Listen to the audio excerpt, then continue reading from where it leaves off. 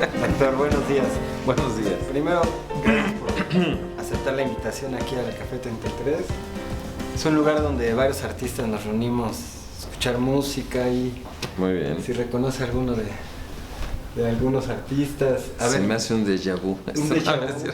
Bueno, pues a John Mayall, a Eric Clapton, que son de los 60, 70 clásicos. Pues aquí Sí, nos ¿verdad? juntamos a ver películas, a leer, Muy artistas bien. plásticos. Amiga Jimena Ajá. estudió Historia del Arte en la UTLA. Muy bien. Iván, producción musical. El servidor Cristian, que estoy en cinematografía en la UAP. Porque pues sin estudio, ¿qué? ¿No? O sea, hay que estudiar. Bueno, usted sabe, Hay que estudiar el muy estudio. Así es. Creo que estudió muchos años. Bueno, para hacer medicina. ¿Cuántos años Es una de las carreras más largas y aparte posgrado. Justamente de esto de lo que comentaba mi amiga, yo tengo un dato curioso, me llama mucho la atención que, bueno, nosotros pensamos, muchas personas piensan, pues que es usted doctor en leyes, en política, pero no, en realidad usted estudió medicina. ¿Cómo sucedió Sí, eso? mi carrera es médico cirujano Wow. y partero de la Benemérita Universidad Autónoma de Puebla. Después hice un posgrado en fisiología, neurofisiología, y también ya metido en la administración universitaria, con una especialidad en planeación y administración de la educación superior. ¿Los amigos hizo en esa época? Pues no era yo muy amiguero, pero sí tuve buenos amigos, como que me dedicaba mucho a leer, a estudiar y a las cosas que me llamaban la atención. Entre otras, la política. En esa época empezaba a leer mucho, no solo sobre mi carrera, sino sobre literatura. Me gustaba mucho leer de siempre. En ese entonces era el boom latinoamericano. Mario Vargas Llosa, Carlos Fuentes. ¿No te gusta? ¿Cómo voy a creer? Vargas Llosa es uno de los Bueno, mejores. Carlos Fuentes sí, pero Vargas Llosa no, ¿cómo lo voy a creer? Ni García Márquez. sí, pero sí, García Márquez sí. Pero, Bueno, Sí, en Vargas esto se Llosa. rompen géneros, pero José Agustín. ¿Y los clásicos de la política? Nunca fui politólogo, pero en mi época, si leías a Daniel Cosío Villegas, que era un analista muy bueno, creador de instituciones como el Fondo de Cultura Económica, porque era una época diferente. En los 70 todo era muy cerrado, no había mucha crítica. Entonces, Daniel Cosío Villegas era uno de los columnistas y articulistas más influyentes. De hecho, él escribió un libro que en la época fue como un parteaguas, el estilo personal de gobernar, que era un poco una crítica al sistema presidencialista. Y había un poblano que también incursionó en el Excelsior de Julio Scherer, Gastón García Cantú, que era muy agudo, muy crítico, muy bueno. Digamos, son los primeros en que empezaron una crítica política abierta en medios de comunicación, que insisto era muy cerrado, y son los antecedentes de lo que ahora vemos como la revista Proceso o la enorme cantidad de diarios que hay. Y bueno, ahora las redes sociales y la tecnología te favorece mucho eso, ¿no? Pensaba en clásicos, no sé, como Marx o Bueno, se leía en la época, pero ya había una crisis ideológica, los famosos polos. A mí me tocó la Guerra Fría, el que era de izquierda y socialista era bueno, el que era capitalista era malo. Entonces la Revolución Cubana era un ícono, era el modelo que los países latinoamericanos querían seguir para la justicia social y para la igualdad. Y la Unión Soviética era como la Meca, ¿no? para los musulmanes. Y lo vemos ahora, a ustedes ya les tocó, pues es un sistema que se derrumbó, la Unión Soviética, el muro de Berlín, etcétera, y vemos que incluso los pocos países socialistas que hay están tendiendo más al libre mercado, como China, o los mismos cubanos, que son habilísimos, son inteligentísimos, pero de tener su modo de lucha, el imperialismo yanqui, patria o muerte venceremos, pues ahora ya están otra vez con los gringos, ¿no? ¿Cuál es la importancia que usted le daría a la ideología? ¿Qué tan importante es tener una ideología? ¿La ideología? O sea, la que sea, me refiero. Pues puede mira, ser de mi derecha, opinión es que todos, hasta los que dicen que no, tenemos una ideología aún sin tener esa conciencia. Y segundo, todos hacemos política, eso lo digo siempre cuando me toca hablar, hasta los que dicen yo no soy político y no me gusta la política. ¿Por qué política? El solo hecho de convivir en sociedad implica ser política. Política también es comunicación, diálogo, lucha por el poder. Y les he puesto ejemplos, en la familia hay lucha por el poder. Siempre hay el preferido, el que manda, el habilidoso, el traidor. Entre los núcleos de amigos igual. Hay un líder, hay uno que es no líder. Entonces, pues siempre es una lucha por el poder. Ahora, ideologías, pues todos tenemos una base de ideas que nos mueven, desde las religiosas, las culturales, las personales, o los que ya están más estructurados, que son los que militan en partidos o tienen una cierta tendencia, producto pues, del leer o de la cultura o de las influencias. En la escuela hay mucha influencia. Tú puedes tener un maestro que tiene una cierta manera de pensar y como eres joven, yo quiero ser como él y es mi ícono, mi modelo, aunque después te arrepientes y dices, pero ¿cómo? ¿No? O la frase clásica de que cuando ya eres viejo, eres todo lo que odiabas de joven, ¿no? Cuando eres joven, o la otra, si eres joven y no eres revolucionario, no eres joven. Pero si ya eres maduro y sigues en esas ideas, estás fuera de foco. Creo que era de Churchill. Que no hay Secretaría de Cultura. O sea... Es lamentable, digo, una secretaría no debe ser un espacio burocrático, sino, en mi opinión, el nivel de importancia que le das a una parte de la actividad humana y social, también política, pero lo comentábamos, Puebla y nuestro país en general tiene una tradición cultural muy larga, milenaria en algunos casos, desde antes de la época de la conquista, en la época novohispana y en la época actual. Y Puebla, como tal, una de las primeras ciudades fundadas en la Nueva España, en la conquista, pues también con una tradición cultural importante, producto de la colonización española y del sincretismo con la cuestión religiosa indígena. Y pues ahí en la universidad, el antiguo Colegio del Espíritu Santo, los jesuitas tuvieron una gran participación en esto, y algunos obispos y virreyes, ¿no? Como Juan de Palafox, que fue virrey de la Nueva España, que fue de los impulsores de la catedral y de la biblioteca palafoxiana, que es un elemento, un timbre de orgullo, igual que la Biblioteca José María Lafragua de la universidad, que tiene un gran valor. Es lamentable que un gobierno como el actual haya cancelado una Secretaría de Cultura, creado un consejo que realmente no opera mucho, y redujeron a la cultura a traer a Pandora y a Camila al 15 de septiembre, que es, digamos, Paquita la del barrio, ¿no? Entonces es un poco cultura de palenque, que forma parte también de, digo, no es que no gusta, a mí me gustan algunas de las cosas que hacen, pero la cultura como tal, las artes plásticas, la literatura, el teatro, la danza, pues es algo que debe impulsarse. El cine, sin duda, yo soy cinéfilo, me gusta mucho, creo que una de las expresiones artísticas más completas, y no hay ni recursos ni políticas destinadas a eso, ni los nuevos creadores lo hacen pues por su cuenta, porque tienen una vocación, vendiendo tamales y pues sí, cosas así para sacar, para poder hacerlo. Hacer el arte que cada quien hace. Entonces yo creo, y lo comentábamos, que el próximo gobierno necesitará una oportunidad de cambio para Puebla. Entre muchas otras cosas que se tienen que hacer es darle a la cultura su papel esencial, como no solo con una política muy clara, recursos, sino volver a tener una Secretaría de Cultura dirigida y sobre todo estructurada por gente del ámbito cultural, que no sea un refugio de que, mira, tengo un político desempleado, pues ahora vete a la Secretaría de Cultura, que no tiene ni idea. No entienden, no ven con esos ojos de arte las cosas cuando las llevan, dicen, ¿esto qué es? Eso me parece muy importante, porque de repente parece como que la cuestión de impulsar la cultura es impulsar estas manifestaciones culturales que ya se legitimaron en algún momento, ¿no? O sea, la pintura de fulanito de tal o la música de fulanito de tal, y entonces no están siguiendo lo que está vivo, ¿no? Lo que está pasando, ¿no? Porque o sea, no sé, por ejemplo, el surgimiento del graffiti, ¿no? Esto lo vamos a hacer a un lado porque no es arte, ¿no? Cuando el arte es una cosa viva y surgen nuevas manifestaciones a las que tal vez no estamos acostumbrados, pero hay que darles un espacio. La expresión del espíritu, ahí está el arte.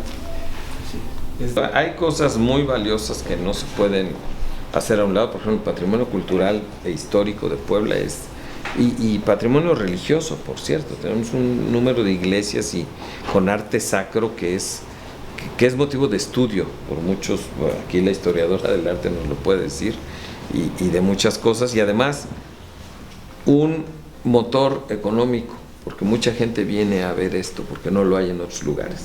Y si traes a un turista, llévalo a la Capilla del Rosario para que quede impresionado con una de las maravillas del barroco novohispano que no va a encontrar en ningún otro lado. Llévenlo a la catedral para que vea la magnificencia. Es lo que iba a decir, que los turistas nada más pasan por ahí cuando van hacia Jalisco. No, es que Tonantzintla es verdaderamente algo que no existe en otro lugar del mundo. O sea, no existe. Claro. Que es un sincretismo del indígena y el barroco. Pero bueno, es que, ¿qué podemos esperar si algunos gobernantes pues no leen? No hay cultura. La cultura es todo un proceso de vida, de educación, no solo en la escuela, en el hogar, en lo que una persona adquiere como hábito, no solo la lectura, sino apreciar las artes plásticas, no como un adorno. Mira, tengo un botero ahí, porque se ve bonito, porque los gorditos también. No, ¿qué significa? ¿Qué significa? Un artista plástico, y no por el valor económico que tiene. Incluso, o sea, yo me metería todavía más y me iría, por ejemplo, a esto que hemos rebajado la artesanía, pero a mí me sigue pareciendo arte, ¿no? O sea, lo que hacen los indígenas, por ejemplo, todo el trabajo de producción manual, técnica impresionante, ¿no? Que está ahí relegado en una cuestión menor, pero que no o sea, de la misma forma que pienso que hay arte en la ciencia, pienso que hay arte en todas estas cosas que hemos, puesto en un cajón como si valiera menos. Lo ponen más como el folclore, la artesanía, pero sí, pues es no solo una actividad económica, mucha gente se gana la vida así y llegan a tener habilidades impresionantes. Las artesanías en Europa y Estados Unidos se cotizan muy caro. Relacionado en el tema de las artesanías, la cantidad de horas que destina una persona, por ejemplo, para hacer un huipil o un bordado, que son verdaderas joyas, y dejan la vista, o sea, por estar viendo esto y muchas cosas, pero son tradiciones, muy arraigadas. Un vestido, más y lo venden en cualquier cosa. Claro. Imagínate la cantidad de horas que se invierten. Sí, es. Hay muchos museos y lo sigue teniendo. Más, en algún momento, en lo que era la ex cancha de San Pedro, que fue uno de los primeros hospitales formados aquí en pleno centro histórico, se creó el Museo de Arte Virreinal. Sí. Y hubo exposiciones de arte sacro y arte virreinal, que también tiene que ver con el barroco, y creo que tenía cierta presencia de turistas, porque además el turista europeo y el que viene a Puebla, muchos se quedan en el centro histórico. Sí, no los veo, insisto, no veo las filas de turistas norteamericanos queriéndose subir a la Estrella de Puebla, a la Rueda de la Fortuna. Y el museo, espero que no sea un fracaso, que sí pueda ser un elemento no solo de desarrollo cultural, un reservorio, sin duda, muchas cosas, sino que también sea un atractivo para el turismo cultural, que yo tengo mis dudas. A mí la zona es la que me parece muy problemático plantear centros culturales que se supone deben de tener tal magnitud en lugares que no están planteados, por ejemplo, que no están bien equipados para el transporte público, por ejemplo. Pues sí. ¿Cómo va a llegar la gente? Sobre dónde estamos y la falta de valoración de dónde estamos también, ¿no? O sea, es importar modelos siempre. Que tiene que ver con la cuestión cultural, de conocer la historia, la esencia, lo que es la poblanidad, y no porque exista, sino esta poblanidad es una mezcla cultural, heterogénea, interracial, de muchos migrantes. Puebla es un crisol, no solo de la parte indígena, la migración española, la migración árabe, la migración alemana. Todo eso tiene que ver, y es hasta parte de nuestra cultura y nuestra gastronomía. Pero se explotaría más, porque cuando fui presidente municipal lo vimos, mucho turista viene no solo a ver el centro histórico, a comer. La gastronomía poblana es de las más diversas y ricas, no solo en sabor, sino en variedad, de todo México. Y que miren que México como país tiene una gastronomía enorme. Vienen a comer el mole poblano. y vienen a comer los chiles en nogada y el mole de caderas en Tehuacán. O sea, ¿por qué no se impulsó más una cuestión que además genera recursos? Porque el turista viene y deja los recursos. Y además usa materias de aquí que no se pueden conseguir en otro lado. O sea, por eso el famoso chile en nogada es con materiales de acá, de esta época. Hay un personaje de la historia de Puebla que tiene que ver con la cultura y con la migración que nunca se ha mostrado, ¿no? Yo tenía ganas de hacer un documental sobre él, que es Gilberto Bosques. Ah, claro. Yo no entiendo cómo un personaje que... Es más conocido en Europa que acá. Y un personaje que se ganó el... reconocimiento. Y el nombre del Schindler mexicano, que además es poblano, no le importa a nadie, nadie muestra, es decir, este abanderado de los derechos humanos, embajador en Francia, que salvó la vida de muchísimas personas, no es reconocido en su tierra. Fue un elemento central y hay calles en Europa con su nombre. Y por ejemplo, muchos que venimos de familia de migrantes por guerras, etcétera, debemos todo a este señor y... Nunca ha habido homenajes, pero no lo suficiente. Coincido contigo, los poblanos deberían sentirnos orgullosos de un diplomático, de un personaje de talla internacional y que no se ha explotado, ¿no? Explotado en el buen sentido, como un ejemplo, pero es porque otra vez la falta de lectura, la falta de leer, de conocimientos y verlo así como algo raro, ¿no? O sea, no ven que la Segunda Guerra Mundial fue una tragedia en muchos sentidos y humanitaria, no solo por el exterminio de muchas poblaciones, sino lo que tenían que hacer para evadir ese autoritarismo, ese fascismo, ¿no? A los nazis y al fascismo italiano, etcétera. Y Gilberto Bosques, como bien dices, fue un elemento central. Me puse a pensar, si nosotros en vez de quejarnos contribuyéramos con algo de lo que nosotros sabemos hacer, las cosas serían un poquito diferentes. Y en este caso, en mi caso, yo lo que sé hacer es música, me dedico a la música, ¿no?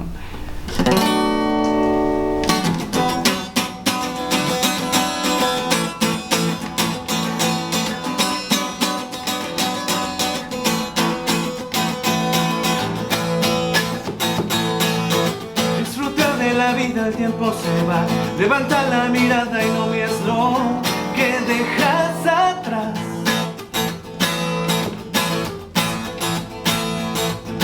Nuevos años comienzan y ofrecen más caminos, tú decides si vienes o te quedas.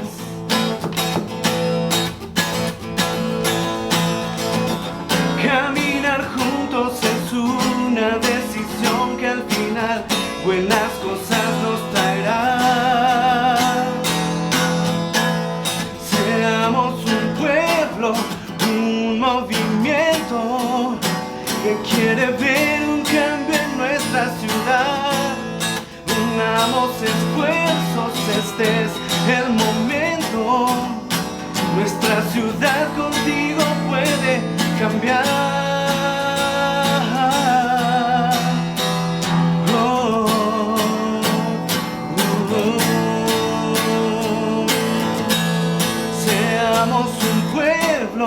Un movimiento que quiere ver un cambio en nuestra ciudad.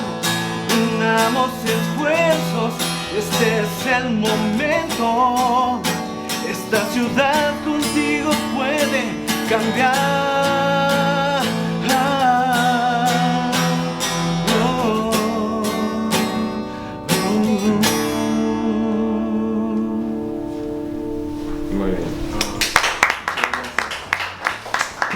Y es algo que bueno, durante la estaba componiendo, pensaba mucho acerca de que si todos hacemos lo que traemos, lo que tenemos hacer que las cosas cambien. Y no es irnos tan lejos, ¿no? A hacer una revolución.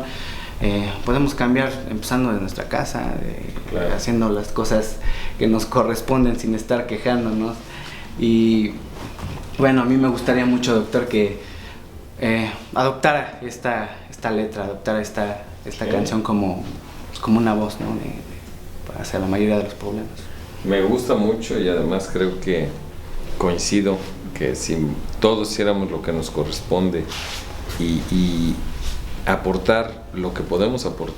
Pues muchas gracias, ha sido una plática muy interesante Pues y nos estamos viendo ahí. vamos a seguir Hay que ponernos de acuerdo viéndonos y haciendo muchas cosas, espero en beneficio del para que pueblo y todos de la los que cultura. nos estén viendo, Claro. sepan que hay muchas personas que todavía están ávidas de saber más de ustedes, ¿no? Siempre hay que aprender, eso también nunca debe uno perder, ni la capacidad de asombro, ni la capacidad de aprender. Si crees que ya sabes todo, No estás sabes perdido nada. en la noche.